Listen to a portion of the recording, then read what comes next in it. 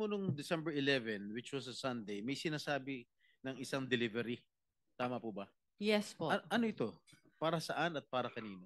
I meant by delivery po are the documents na hinihingi niya po for the processing po ng joint venture with the supposed Hindi contractor. pera ito. Kasi ang Hindi. ini-insinuate ni Bryce Hernandez no sa House of nung nag-testify siya, ang insinuation sa akin because of my connections allegedly with certain Beng Ramos and yourself na staff ko raw si Beng Ramos, yung delivery na, ang pinalabas niya sa house, yung delivery niya, yung ibig sabihin ng delivery, pera.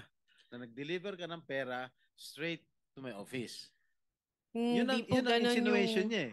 Ang agreement po is kami po kasi yung gagastos sa processing No, no, no, fee. no. So yun po siguro I'm yung telling you, nire-refer niyang excuse me, I'm pera. telling you that that was his insinuation when he testified in the Yes. House of Representatives. Yes. Pero right now, you are saying na hindi mo ako kilala, hindi ka po. nagpunta sa aking Hindi tanggapan. rin Correct? po. Yes, Your Honor. So lumalabas talaga na wala akong kinalaman kung ano man ang transaksyon niyo ni Bryce Hernandez. Am I correct?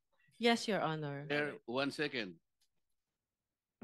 1 second. With the permission of Senator Estrada. Yes, please. So hindi mo kilala si Senator Jinggoy at hindi ka nagdala ng pera sa kanya. Hindi po. Kahit po kay Bryce, wala po akong dinalang pera. Okay. So talagang safe ka na. Please, continue. Okay.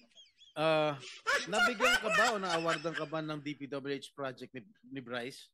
Wala po kaming na-award na project dahil hindi nga po kami natuloy na mag-bid, Your Honor.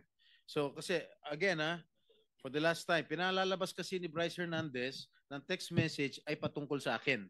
Okay? Very clear yan.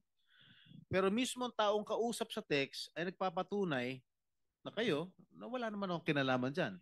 Can Wala you please po. confirm?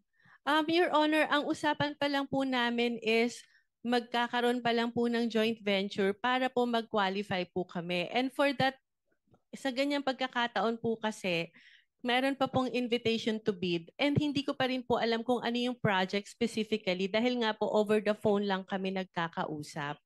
That's why I want to send a staff para po mas malaman mabuti ano ba yung project na sasalihan po namin na for the joint venture agreement.